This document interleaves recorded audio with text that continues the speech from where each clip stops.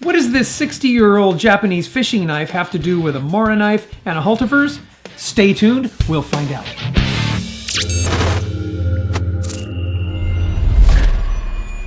Hey there, everybody. Thank you so much for joining me today. I do appreciate it. It's the Shootin' Guy. And if you're a subscriber, thumbs up to you. It's awesome that you've subscribed and that you've come around and watched these videos. I do appreciate it a lot. It's because of folks like you that keeps me doing this stuff, and I do appreciate it. If you are just someone who swung by today and you didn't know what this was all about, thank you for stopping by. You could have gone anywhere, but you decided to stop by here, and for that I'm very thankful.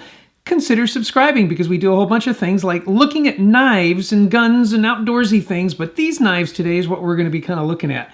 I've got the Mora knife, the Haltifers, and this very unusual Japanese, I think it's a fishing knife that is for cutting up your fish and for scaling them and doing all that, and they kind of get nice and tucked in like this, and it comes in this little package. Shootin' Guy, where did you get that thing? Well, the other day we were unpacking some things because many of you know we recently moved, and I had some of my fishing equipment tucked away in a box, pulled them all out of there, opened up the tackle box, and actually opened up my father's tackle box because he gave that to me, and it was something I got after he passed on. And I looked inside and I saw this, and I thought, oh my gosh, there it is. I was looking for this thing, didn't know where it was, but I found it once again. And what we're going to do is we're going to take a look at this knife a little bit closer. But the reason why these two knives here, these two Swedish knives are here, is because this knife, even though I believe it's a Japanese knife, it has a sandy grind just like these two knives. And I'll do a little close-up here in just a second, but you'll see some interesting scallops here on the edge of the blade. And then, of course, this back here for scaling a fish. It does say stainless steel made in Japan, and that's the only thing that's on it. But it's very much in the Japanese way of being able to close up a knife and protect a knife. And it's done very well protecting itself, being inside of a tackle box for as many years as it was, a well-used tackle box, I might say. But what I'm going to do today, oh, by the way, if you're interested in looking at these two knives, you can. I'll put a link down below and up in the card where you can take a look at the review we made on these knives so that you're fully covered there. And if you're interested in purchasing them, we've got a link down below. You can certainly pick up one of these, both of these, all of these. I do like these. I'm going to get these out of the way. Cool knives, by the way. I'll get this out of the way, and then we're left with this. And you know what I'm going to do? Before I do anything else, I'm going to tell you the specs. Overall length while in the scabbard, 10 inches. Blade length, 4 3/8 inches. It weighs in at 1 1/4 ounces. It's made of a Japanese mystery stainless steel. I have no idea. It's made of what appears to be bamboo, and it's got this brass pin that holds the blade inside. The ends are made of some sort of plastic material that keeps out the dust and keeps it from getting dull. Now, I have no idea what this thing might be worth these days or what it cost in the day, but you know, for me, it is absolutely priceless.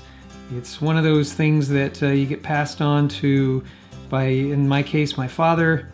And many of you may know how that is. When somebody passes something on, it's something you're going to keep for my lifetime and then hopefully pass on to my son with the same story so he understands where this thing came from. My father purchased this long before I was born.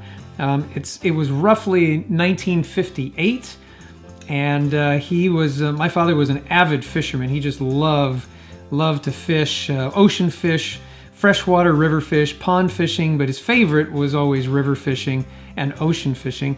And he used this quite a few times when I was a kid, when we were out trout fishing, and he would use it to scale using these the scaler grooves back here, scale the fish, and then fillet the fish there fresh right there at the water, put it in a little bag, and bring the fish home. It was absolutely wonderful. I have some very fond memories of this knife and when my father and I would go fishing. So yeah, not going to get rid of this thing.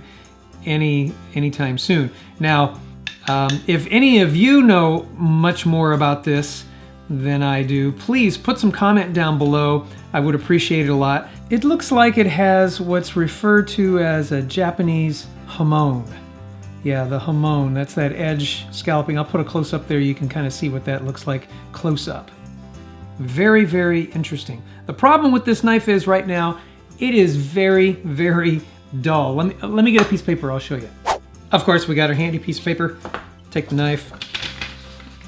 Yeah, it kind of tears the paper more than, oh, it kind of cuts it. It kind of tears it though. And what I want to do is I'm going to get out my work sharp and put an edge back on this baby so that it's going to be nice and sharp. Shooting Kid and I are going to go fishing here pretty soon. That's why I was going through the fishing equipment, pulling out some stuff. And I want this thing to be good and sharp in case we need to use it. So join me outside at the workbench with the work sharp. And now for something called the shooting guy in the backyard practicing archery.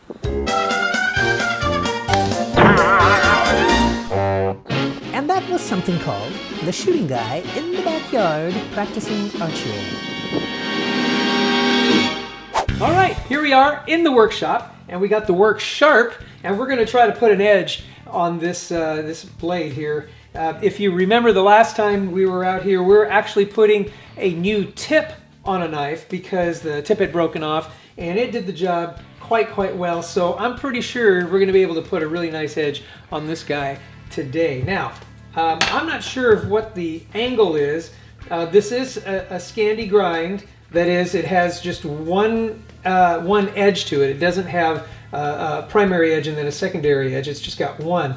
The thing about it is it's a bit rounded, so it's almost like a convex Scandi grind as opposed to a sharp edge. And I can see that it's kind of convex just by the light reflecting off it here. So what I want to be really careful with is the angle that I set this at, and I'm gonna put this in here. And I'm going to take a good look because I have it set for 25. I am almost thinking it's set at 30, and it just might be. So I'm going to put it at about 30 degrees, and I'm just kind of sizing it up. I'm looking at the belt and the edge, and as I lay this against the blade rest, is it making full contact? And it seems to be. So I'm going to give it a try. All right, you ready? I'm ready. No turning back. Here we go.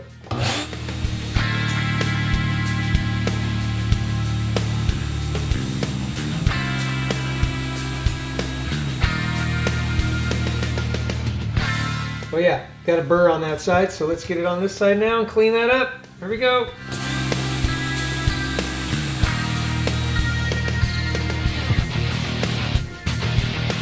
Yeah, oh, we got a burr over here too. Okay, I think oh, I can even see the line. Oh, cool. All right, I'm gonna put the next belt on there and keep going.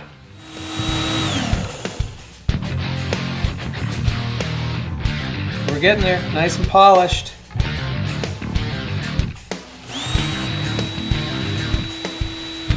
Yeah, we made sure that we stropped it so it was nice and polished edge.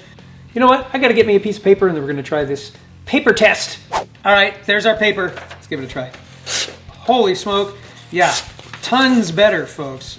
It is razor sharp, and I bet you I'm gonna be able to fillet a fish really cool with this. All right, let's bring it back inside and put it back on the tabletop. Okay, there you go. That's what a work sharp can do on a precious heirloom of a knife like this. And if you have something like this and you need to get it sharpened up, get yourself a work sharp. I'm telling you. Now, work sharp isn't paying for this this video by any means. It's just the tool that I have and that I use and that I trust when sharpening even my most precious knives.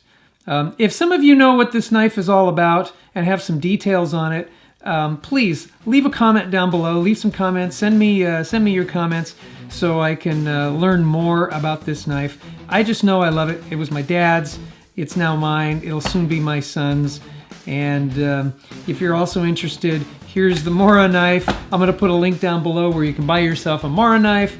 You can buy yourself a Hultifer's knife, or you can pick yourself up a Worksharp. These are very cool things. I'll have a whole bunch of links down below. When you click on those links, you directly support us. So please, buy through those things, please. That'll help us and keep these kinds of videos coming to you for a very, very long time. As long as we can get that kind of a support, I do appreciate it a lot. All right, that's all I got for you. Thank you so much for joining me today and for allowing me to go down memory lane and take you along with me and sharpen this beautiful heirloom. Yeah. All right, you guys. Oh, before I go, don't forget, visit our webpage, see what that's all about. We do have a merchandise page. Feel free to go down there and click on some things down there and purchase them. That directly helps us out as well. We also have a Facebook page. We also have an Instagram page. And if you looked at Instagram, you probably saw this knife, and I was asking there too. So go there, go to Facebook, tell me a little bit about this knife. I really want to know. All right, appreciate it. Don't forget, we're going to SHOT Show. You don't want to miss that, okay? Talk to you later. God bless you. God bless America. May America bless God.